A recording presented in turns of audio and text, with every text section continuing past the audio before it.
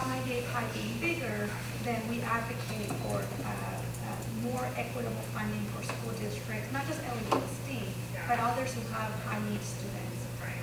That it is a fair share for those kids who have the highest needs in order to support high quality public education, closing achievement gaps, getting our students to be ready for the be civically engaged, to do well. What I will say though, one other piece is today's conversation. I know we'll turn into your discussion and questions as we go and try to discuss on Geneva. This is the first meeting, future meetings. Our next one will be August 20th. But we just wanted to kind of like put some foundational information for you all. And then your feedback in these next sections will be helpful to know which kind of taxes you want to learn more about. Because that will help inform when we're working with chairs to where we have some ideas of guest speakers to invite, but just knowing your collective interest will help inform which one we want to dive deeper into to inform our future conversations. Anything you want to add to this? We'll go around here and then we'll come back to this.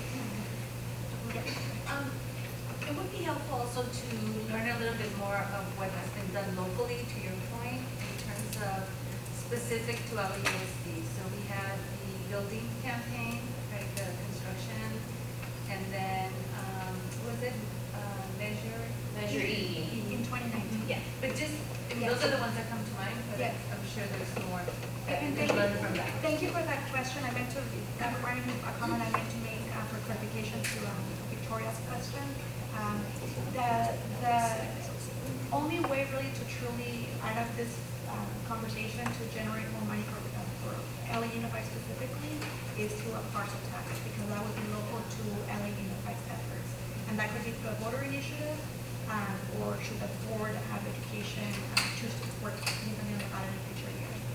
That would be the more direct way. Parcel tax, state. No, local parcel tax. Local parcel. But Metro E in 2019 was intended to generate $500 million annually for LAUSD. As Geneva mentioned beforehand, partial taxes require a 2/3 vote, whereas the school bond, like what the school board taxpayers passed in 2024, Metro US for $9 billion school bond fund, school bond for facilities, that was a 55% threshold. So a higher threshold for partial taxes to pass. And that's set By the Constitution.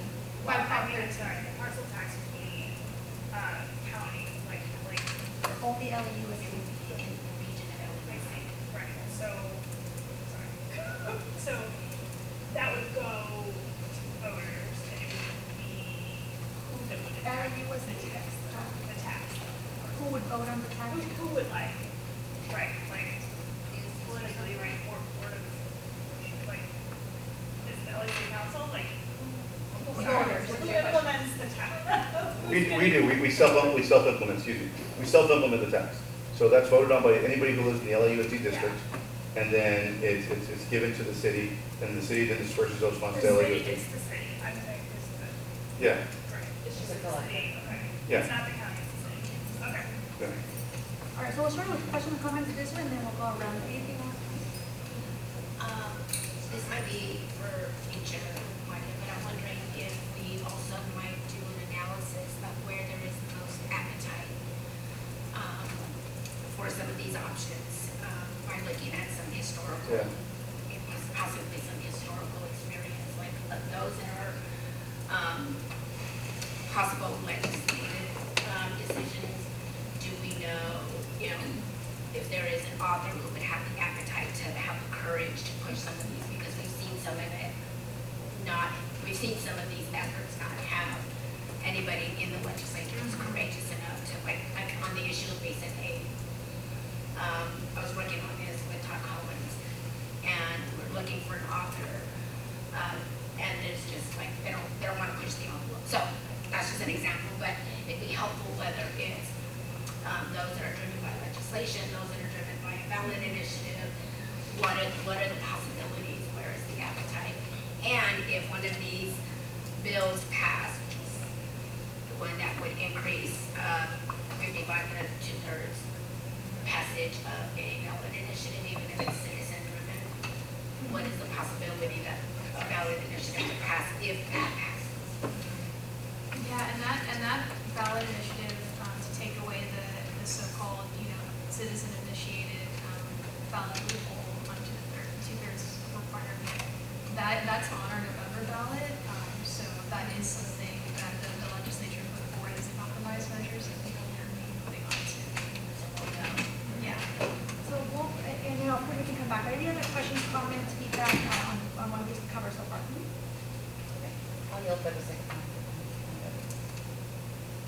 Jen, I think I'll just your hand before then if you want to say or Yeah, some people already said what I was gonna say, but I guess just in general, I think historical context is helpful, but I don't think that's ultimately where people are at today.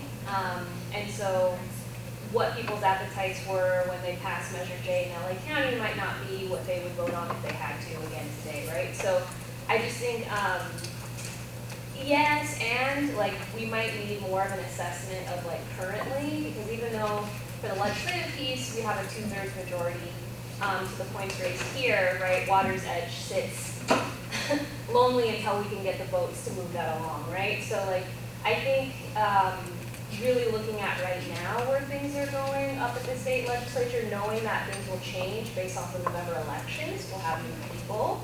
And so figuring out, you know, how that would also play to this, because this will be in the future, not with who's currently there. And then in addition, something that wasn't called out for additional possible revenue, AB 177, the Fair Share for Corporations Act. It's passed both budget committees from both sides of the houses. It's in negotiations right now with leadership. That could generate, starting in 2027, 6 to 8 billion annually. So that's something that we need to be thinking about, especially if it makes it out like next week, hopefully. So anyways, I think a secondary analysis of where things land in our August meeting would be helpful to fully get a better understanding there. Thank you so much for those comments and suggestions. Others? I think an analysis of where we land is really important on this. And then Bill, you mentioned kind of coalition building, I think, right? So what kind of coalition building can we do with partners up and down the state or locally to get something passed? And then the other thing I wanted to piggyback on was Victoria's comment about loopholes, right? And the tax credit accountability. There's been work on that, but not for a bit. And so there's big money there. I think your number was 9 billion. That's a lot of money that we can go after, just to look at loopholes and assess are the tax credits working that are already passed. Those are the three ideas. Very quickly, I wonder, Jennifer, to your point about coalition building, also messaging, this might be more long term, but like not only just what type of coalition building might be necessary, but also what type of messaging might be necessary for different audiences. I'd also like to make a point also too. Well, I'm okay with coalition building. We also have the largest end user in the state, right? I think we also can't lose that variable. That we also have the largest end user in the state and the largest caucus in the state legislatively. So while coalition is building, it's great sometimes.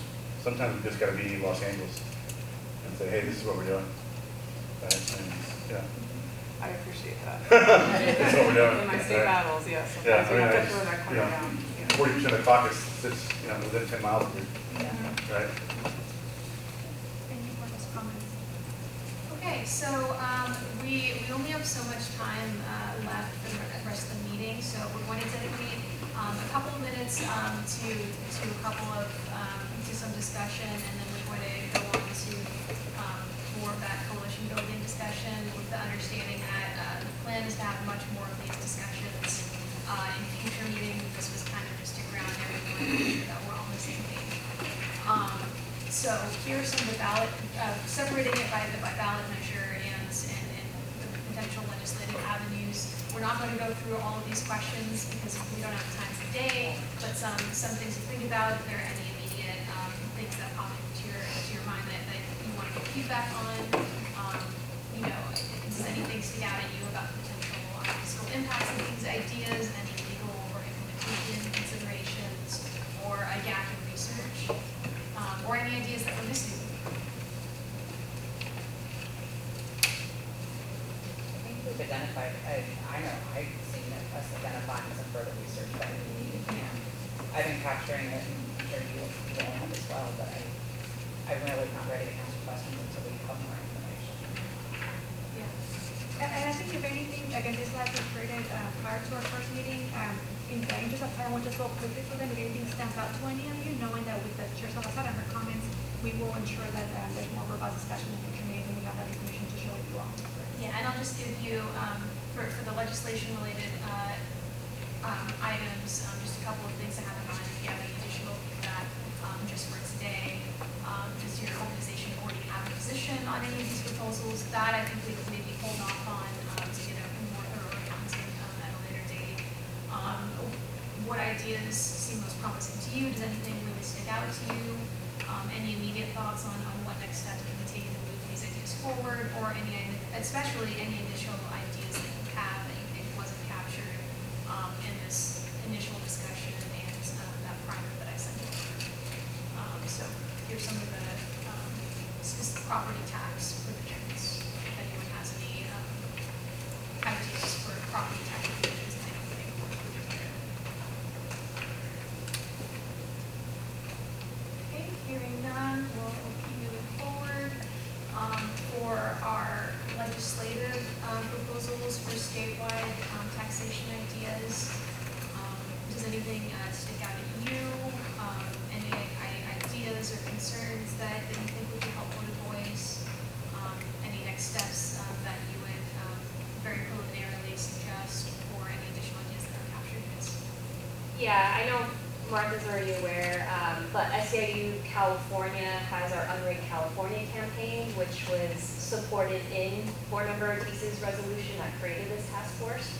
And we went up there and have been lobbying with y'all on it anyways, but we're gonna carry that revenue campaign over. It wasn't just a one-year campaign, but we have built a statewide coalition, to the point made over there, on that. So a lot of labor, community organizations, other nonprofits have signed on, LAUSD, other school districts as well. So a lot of this is incorporated from our Unrigged campaign.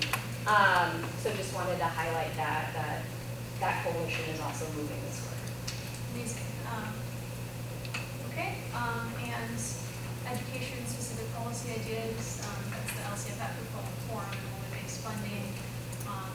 Any education-specific ideas for increasing the pie or restructuring the pie that you think we can add to? I don't know about adding, I just want to say that we haven't taken yet a public position on enrollment-based funding, but are very interested in exploring that. Okay. All right, yeah, that's definitely something that LAUSD has been advocating on as a priority for us. Would you like to also add to this list the special ed piece, because again, that's part of the distribution of funding? Yes.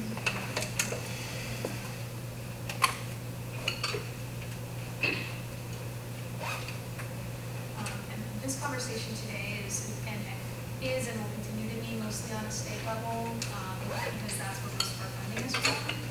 But in addition to all the advocacy work we're doing on special education at the state level, there's also a conversation to continue to be had on the federal level for IDA and special education. So that's something that we definitely plan to find out in the future as well. Okay. Any last questions or comments before we get into the sort of advocacy partnerships coalition building portion? Sorry, special education piece was, can you just remind me, that was you're adding that to. To the list of consideration for the distribution of revenue, we got 98 policy.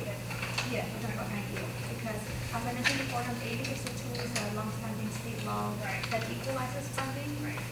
And then there's a separate bill, 802526, that may be part of the final budget adoption, that is trying to provide additional funding based on the type of student, special education student needs. And that's where I was saying beforehand that LA University is personally impacted because we serve a large percentage of kids who are moderate to severe. And compared to other parts of LA County, compared to charter schools, compared to other parts of the state, not everyone serves kids with disabilities, but especially with moderate to severe, we have a disproportionate share.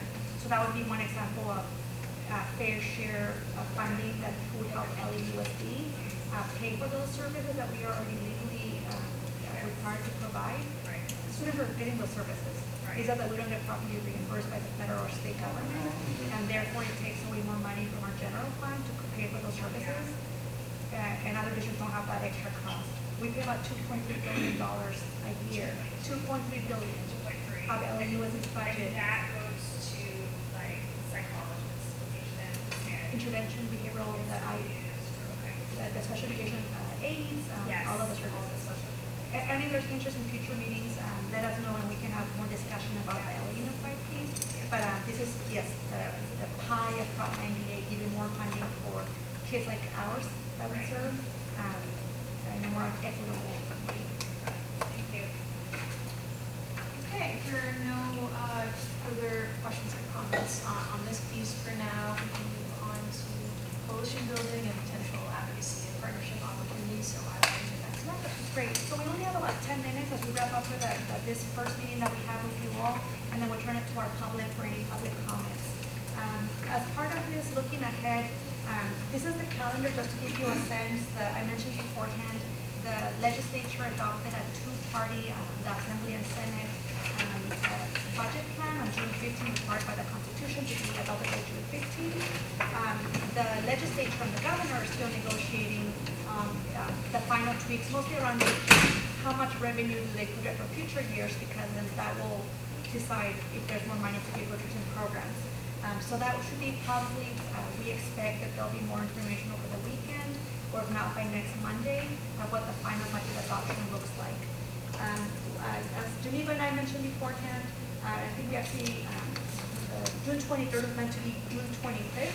Yesterday was the deadline for initiatives to be certified by the Secretary of State.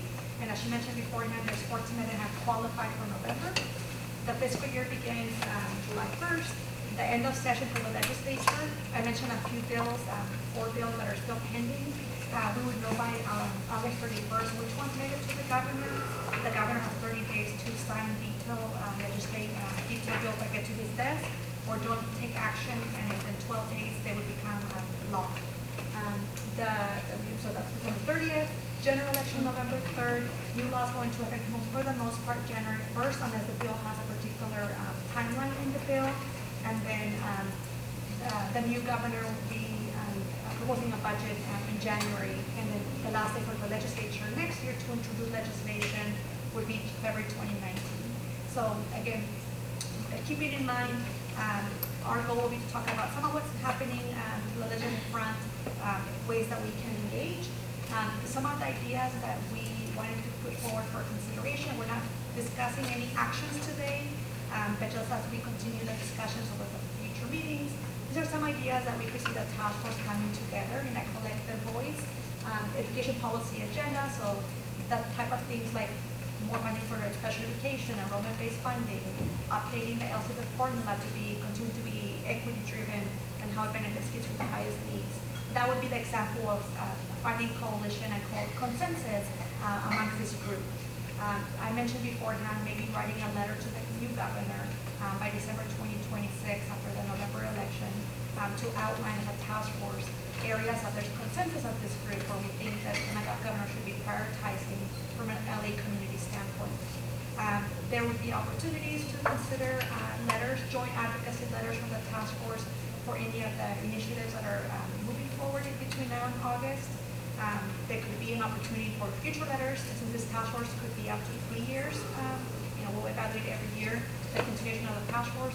But in 2027, with the new budget, leading up to the release of the budget, we could consider doing joint letters adding related to the Prop 98 distribution.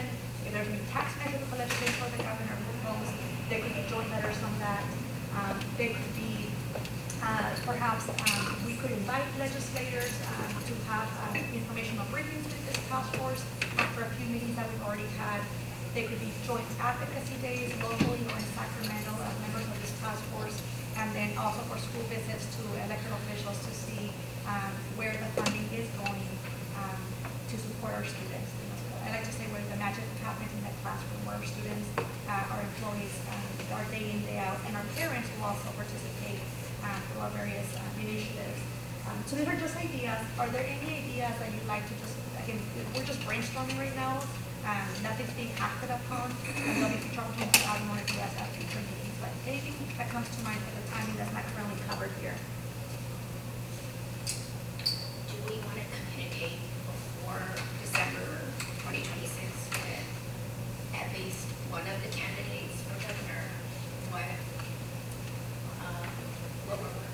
what our potential agenda may be.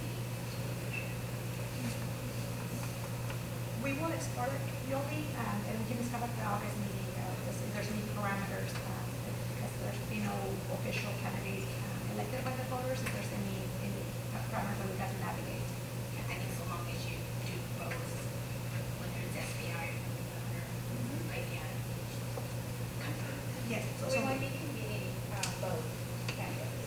I just think it's important to begin to raise the issues now so that when the new governor starts, he hits the ground running, especially on these issues.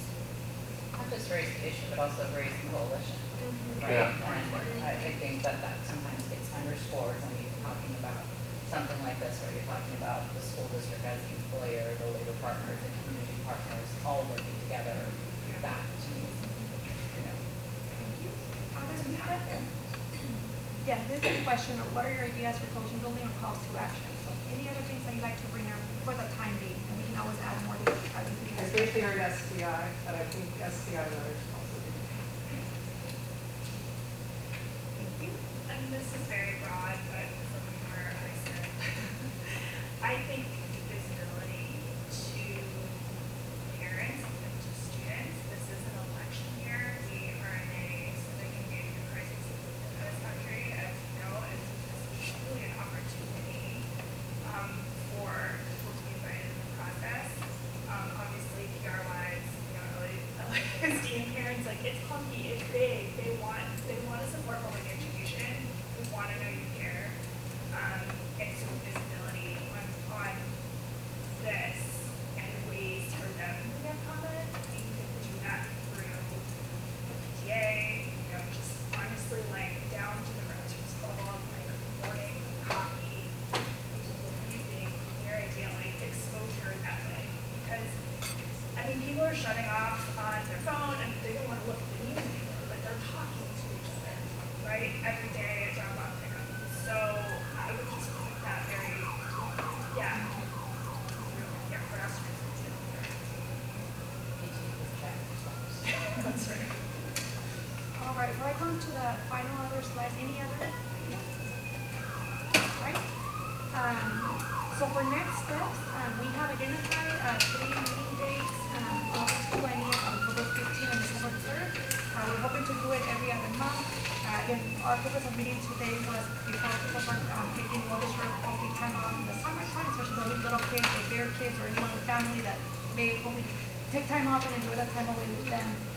So our next meeting will be August 20th. More time, just on that, is it the same time frame? 10 to Yes, noon? 10 to noon. As of now, that is the proposed time.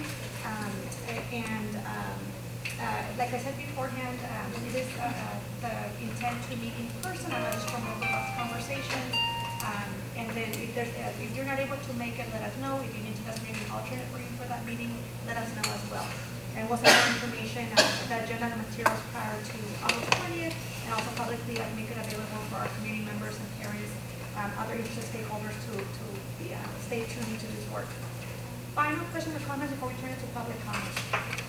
My question is, with the school board meetings, like, how is this task force connected that with the discussion or, like, what's on their agenda? I know this task force was set up as part of a resolution. So, what tangible opportunities are there or, like, to the board meeting, like, what's going to be on their agenda? Sure. So we can definitely, if there's ever a discussion item around this topic of the board, I could foresee, for example, maybe a committee of the whole, that's where our school board usually discusses dedicated time for the district's budget or other topics of significant interest to the community and the students that we serve. So if there's a presentation around maybe truncated version of this, for example, we can let you all know. We'll work with Chair Salazar to identify if they would like to make a formal presentation on behalf of this task force from one of you, the chair, or others to present to the board sometime in the early fall. The board will be recessed for the next month. Their first meeting will be sometime in August. So we can work through those details and provide more information on our next meeting in August. Other final comments? All right. Well, we are grateful for your participation, sincerely thank you for your very thoughtful questions, comments, ideas. I'll invite Michael McKinnon, our secretariat, will support with public comments. Hi, everybody, it's me again. I just want to touch on the question you just asked about bringing stuff to the board. Typically, in a committee like this, draft recommendations will be made and put into document form, and at the very least, that is forwarded to the board for their digestion.